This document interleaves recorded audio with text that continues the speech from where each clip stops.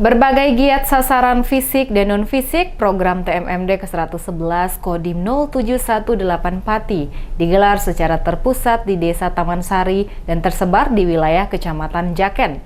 Diharapkan pemerintah Kecamatan Jaken akan meningkatkan kemajuan masyarakat.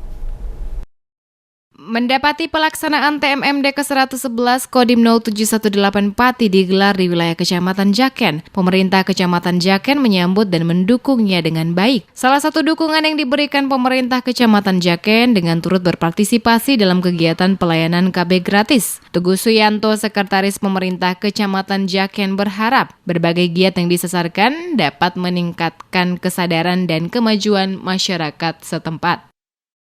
Harapan kami dari kecamatan semoga dengan adanya TMMD di Desa Taman Sari ini bisa menumbuhkan kesadaran masyarakat khususnya di Desa Taman Sari dan umumnya di Kecamatan Jaken menjadi lebih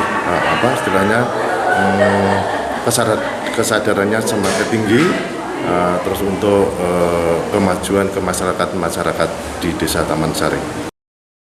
Berbagai giat sasaran dalam program TMMD ke-111 Kodim 0718 Pati adalah betonisasi jalan, pembangunan rumah tidak layak huni, perehaban masjid dan musola, serta penyuluhan terpadu.